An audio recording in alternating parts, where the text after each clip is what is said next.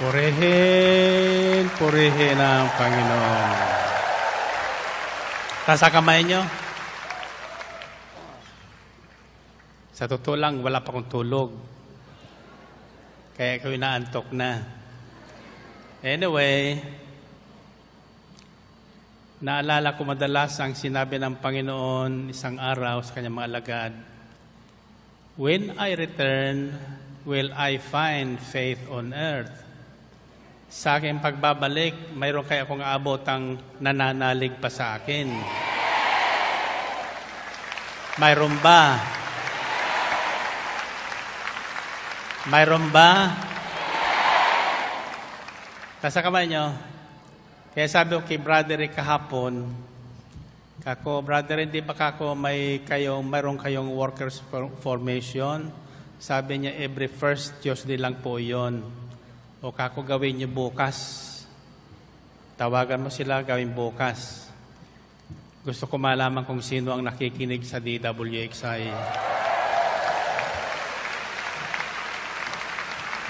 So ngayon, kayo'y naririto sapagkat narinig nyo.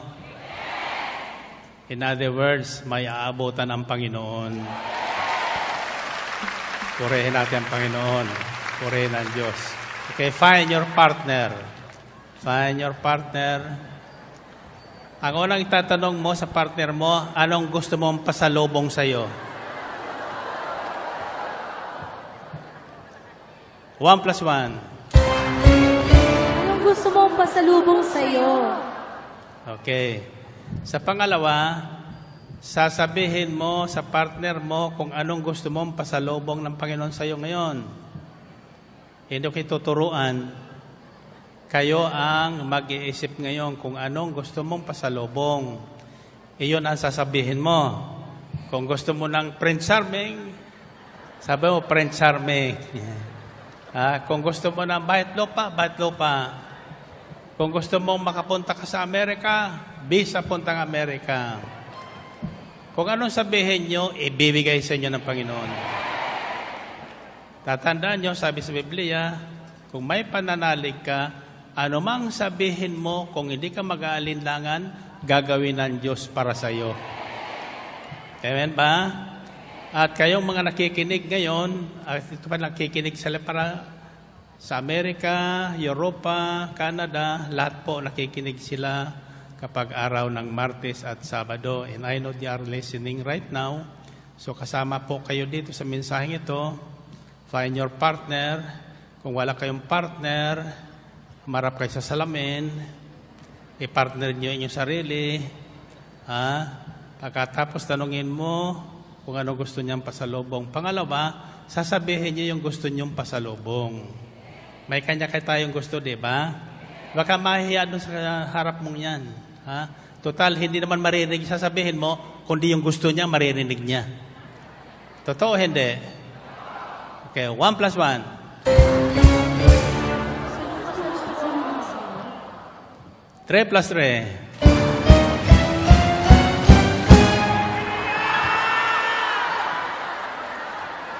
Narinig ko magkaasawa daw eh. Okay, pangatlo, sasabihin mo, kung hindi ka mag-aalinlangan, darating sa'yo. Ulitin nyo nga. Kung hindi ka mag-aalinlangan, darating sa'yo. Okay, 1 plus 1. Pasalubong gusto mo. 3 plus 3.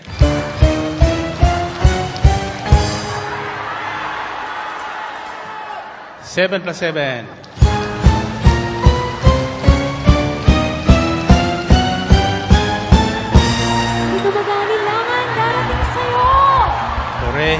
Purihin ng Panginoon.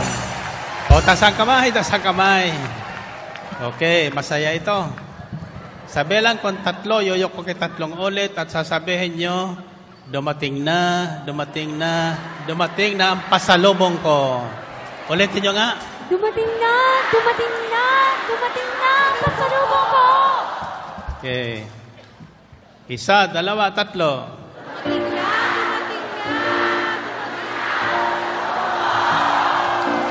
Purihin ang Panginoon. Purihin ang Diyos. Okay, you may be seated. And for all of those who are listening now, believe that you will receive and you will receive it. As Jesus started on his way, a man ran up to him and fell on his knees before him. "Good teacher," he asked, "what must I do to inherit eternal life?" "Why do you call me good?" Jesus answered, "No one is good except God alone." Narinig niyo ba yon? Isang araw, may patakbong lumapit sa kanya isang mama at nagtanong. Sabi niya, "Mabuting guro, ano po ang dapat kong gawin para magkaroon po ako ng buhay na walang hanggan?" Ang sabi ng Panginoon, "Bakit mo ko tinatawag na mabuti? Walang mabuti kundi ang Diyos." Tanungin mo ang katabi mo, mabuti ka ba?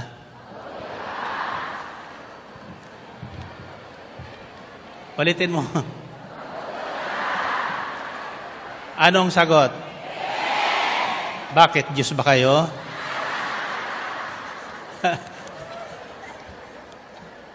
Makinig po kayo na mabuti sa mensaheng ito. Gusto niyo muna ng kwento? So, for the first time, after nung gawain sa anniversary sa LA, 25 years nila, that is for US, Canada, and Europe, yung secretariat doon. So, nagdatingan doon yung mga manggagawa natin sa Europe, from Canada, mayroon pang galing sa Middle East. Kaya, punong-puno sila. Masasaya silang lahat. Mayroon pang galing Singapore, naroroon. And, wika nila sa akin, ngayong darating anniversary, uuwi sila lahat dito at magkakaroon din sila ng special disciples night dito sa atin. Awan ko kung imbitado kayo. Siguro sila lang. So anyway, after that, we went to Seattle. Hindi ko pa napupuntan yung lugar na yon, Seattle. Isa sa aming ginawa doon, tinor kami doon sa kung saan ginagawa yung eroplano. Yung Boeing 777, 727, the latest is 787. Ina-explain doon kung paano ginagawa at yung mga safety factor. The latest is 787, na ang sabi nila, ito po ay nag-a-adjust sa turbulence. In other words, kahit bagyuhin ka, hindi mo mararamdaman. Medyo napanatag ang loob ko doon. Ganun pala ako, si pala dito sa aeroplano, ano? So anyway, pagkatapos doon, mayroon souvenir shop siyempre. Mayroon kong nagustuhan na jacket. Mahal. So anyway, wala akong pera. Hindi ko nagtatravel ngayon na may pera ngayon eh. Kasi kung may pera ako, wala nagbibigay sa akin na pera. Kung wala akong dala, marami nagbibigay sa akin. Kaya ang ginagawa ko, hindi ko nagdadala. So anyway, naihina talaga ako. Pumunta mo ako sa CR, ako mag-isa. So nagkagulo sila lang doon. Hinahanap na nila ako. Lalo na Sister Belen. Sabi niya, ako, hindi pa naglalakad na mag-isa yon. Baka mawala yon, yung batang yon. Hallelujah. Ang tawag sa akin, bata eh. Ako daw ang baby niya ngayon. Kaya alagang-alaga ako. Anyway, pagkalapas ko pa sa CR, iniisip ko yung jacket, souvenir na jacket ng Boeing. Para sa piloto yun eh. Umupo muna ako sa isang kanto. Mamaya-maya may dumarating na. Mga sister doon sa lugar na yon. Empleyado doon. Tapos may dalang basket. Yung shopping bag. Inilabas ba naman yung jacket na gustong-gusto ko? Wala naman akong pinagsabihan. At ang sabi nung sabi nung nagbigay sa akin, nung binibili niya, ang sabi ng kanyang mga anak, "Ma'am, that is very expensive. Why are you buying that?" Ang sabi niya, "This is for Brother Mike." Okay. You buy it. Pero pag sila nang bibili, ayaw nila. Pag sa akin, ibigay daw. Sabi ko, ang bait talaga ng Diyos. Isipin mo lang. Ha? Pag ikaw ay nakasusunod sa kalooban ng Diyos, ano mang maibigan mo, huwag mo nang itsismis sa iba. Ha? Tumingala ka lang sa langit. Darating sa'yo. Amen ba? Kaya yung pasalubong nyo, tiyak yun. Lahat na nakarating ngayon, dito, sa araw na ito. Amen ba? Of course, iba naman sa Sabado, pero nakaisa na kayo. Tiyak yun darating. After that, pumunta na kayong pabalik na kami sa San Francisco. Nag-check-in sila sa counter. Ako naman umupo doon sa isang upuan na bakante at may bakante pang mga upuan.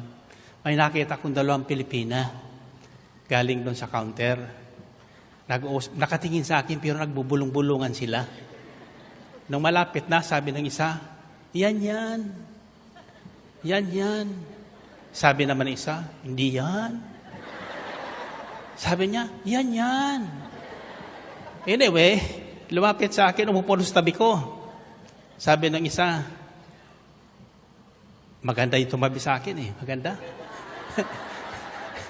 Ang sabi ng isa, "Mawalang galang na po. Pwede mo ako magtanong. Kayo pa yung napapanood namin sa television sa TFC. Inunahan ko na kako si Brother Mike." Sabi ng isa, "Sabi ko na sa'yo." Ang sabi naman ng isa, "Ang bata naman yan." Purihin natin, Panginoon. Purihin ng Diyos. Ang sabi ko sa kanya, "Bakit?" Sa television niya, matanda ka na eh. Hallelujah. Nakakatuwa naman yung ganun, ano? So anyway, ito po ang magandang balita. Babahay ko sa inyo. After LA, normally, pag nandun ako sa California, may gawain sa LA, may gawain sa San Francisco. Sapagkat San Francisco ako, nagpapahinga ng mga 3 weeks. We have a little rest house there. Doon kami nagpapahinga. Tulog, kain lang ako doon, tulog, kain. Wala nag-iistorbo. So, this time, walang schedule na gawain doon sa San Francisco sapagkat mayroon akong check-up. Because last January, nandito yung aking doktor sa puso.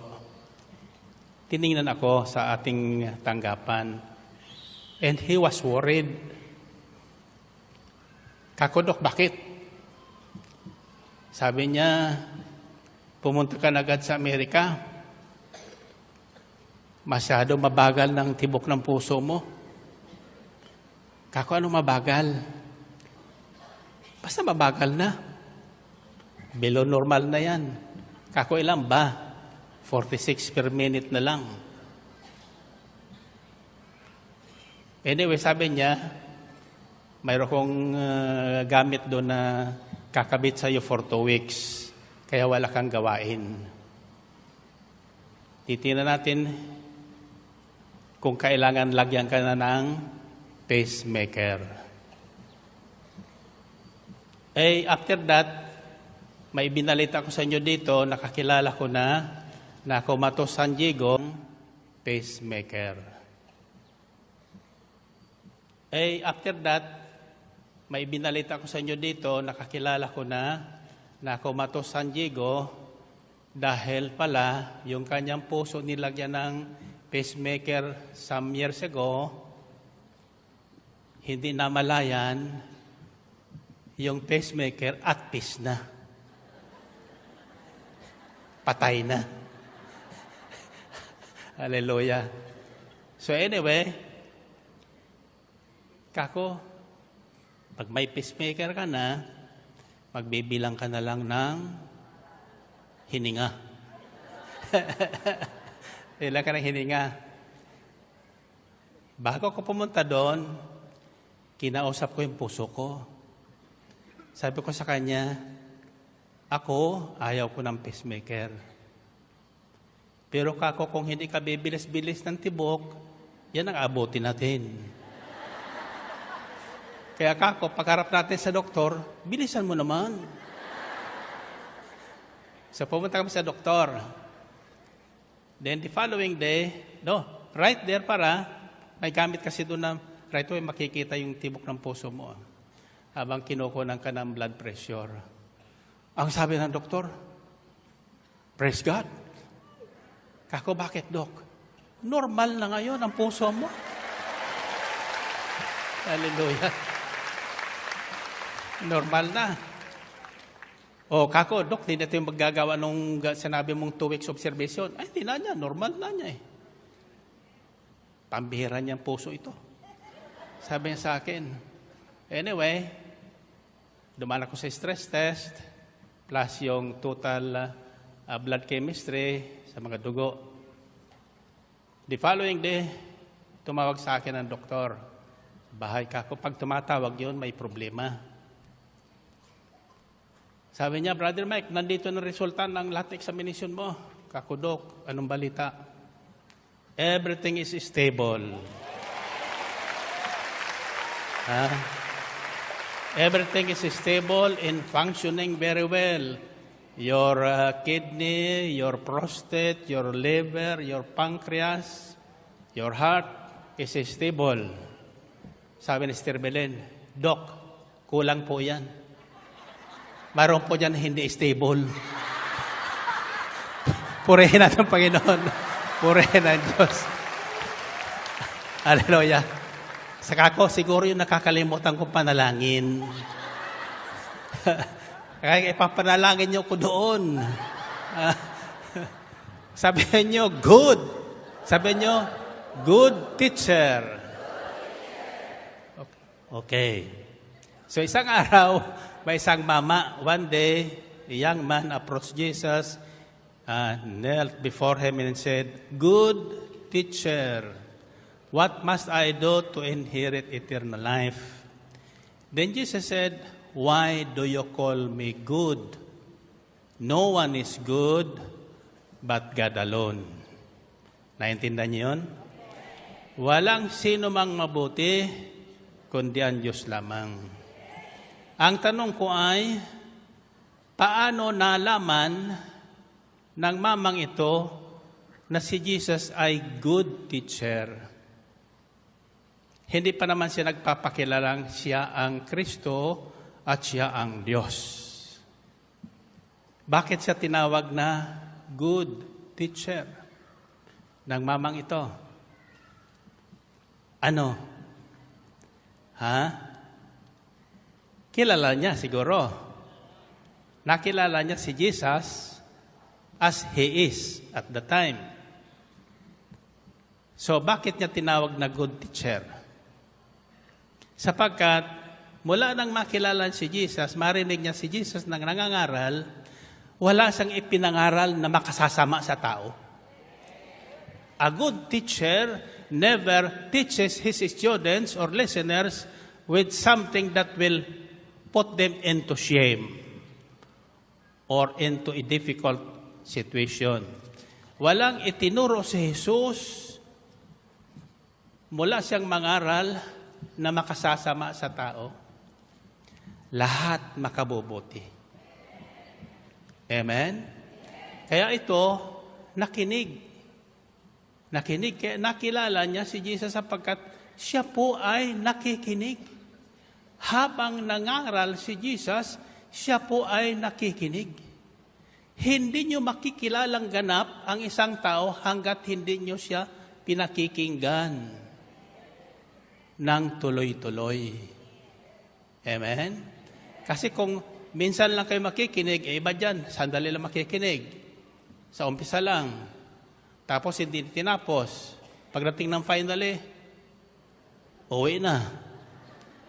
So bawat sasabihin, no? Makikilala niyo siya kung good o bad. Dalawang bagay lang yan eh. Isang good, isang bad. Nasundan niyo? It's good to listen to the Word of God sapagkat walang itinuturo ang Diyos na makasasama sa tao. Amen? Taas ang kamay niyo. At kung tayo naman ay patuloy na makikinig sa mabuting turo, tayo ay magiging mabubuting tao.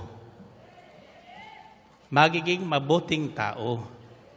Sapagkat kung ano ang pinakikinggan mo, siyang makikilala mo. Siyang ikaw ay magiging. May kasabihan, birds of the same feather flock together. May isa pang kasabihan, tell me who your friends are and I'll tell you who you are. Malinaw ho ba yun? And I'll tell you who you are. Malinaw ho ba yun? Purihin natin ang Panginoon. Purihin ng Diyos. And what is the other character trait of Jesus as a good teacher? Jesus did not only teach good things, but He did it. Kung ano ang itinuturo niya, siyang kanyang ginagawa. Kaya sinabi niya sa kanyang mga alagad, isang hapunan, nakita niyo ako kung anong ginawa ko, tinatawag siya kong guro at Panginoon at ay totoo. Kung ako na inyong guro at Panginoon ay naghugas ng inyong mga paa, di ba dapat kayong maghugasan din ng inyong mga paa? Pinakita ko sa inyo ang isaling halimbawa na dapat ninyong tularan. Amen ba? And this is the good news for you. Lahat pong nakasalubong ko doon sa US na magaling dito, ang sinabi nila sa akin, Brother Mike, salamat sa Diyos. Alam niyo kung bakit ako naririto sa Amerika ngayon? Kako bakit nga naman? Dahil po sa prayer request pabaon. Amen ba? Yung isa naman, sabi niya, ito na ako naman dahil sa prayer request pasalubong. Kaya ako'y naniniwalang, yung sinigaw nyo kanina, tatanggapin nyo yun. Amen? Bakit? Sapagkat yung taong nakikinig at patuloy nakikinig ng salita ng Diyos ay makakatulad sa Diyos. Makakatulad sa Diyos. Magiging good din siya. Amen? Kaya ako naniniwalang pagkatapos nito, you will be good and faithful servants. Narinig niyo yun? Ha? Sabi ng Panginoon, well done, good and faithful servant. You have been faithful with a few things, I will give you more and great things. Napagkatiwalaan kita sa maliit na tungkulin, bibigyan kita ng magiging malaking tungkulin, magiging presidente ka ng Pilipinas. Alam niyo, presidente, sandali lang, ano? Pero yung lingkod ng Diyos, forever. Forever. Sabi niyo, forever. Sa mundo daw, walang forever. Sa Diyos, may forever. Taas ang kamay niyo. Once you become good, you will be forever good. Purihin natin ang Panginoon. Purihin ng Diyos. Now, taas ang kamay niyo. Sabi sa isang kasulatan, it is through the goodness of God that sinners are led back to repentance. Dahil sa kagandahang loob ng Diyos, bagamat tayo makasalanan, binihisan tayo, bagamat tayo mga sinungaling, pinakakain tayo, bagamat tayo ganito, ganon, kung ang gusto natin, binibigay sa atin. Dahil sa ano? Para tayo magbalik loob sa mabuting Diyos.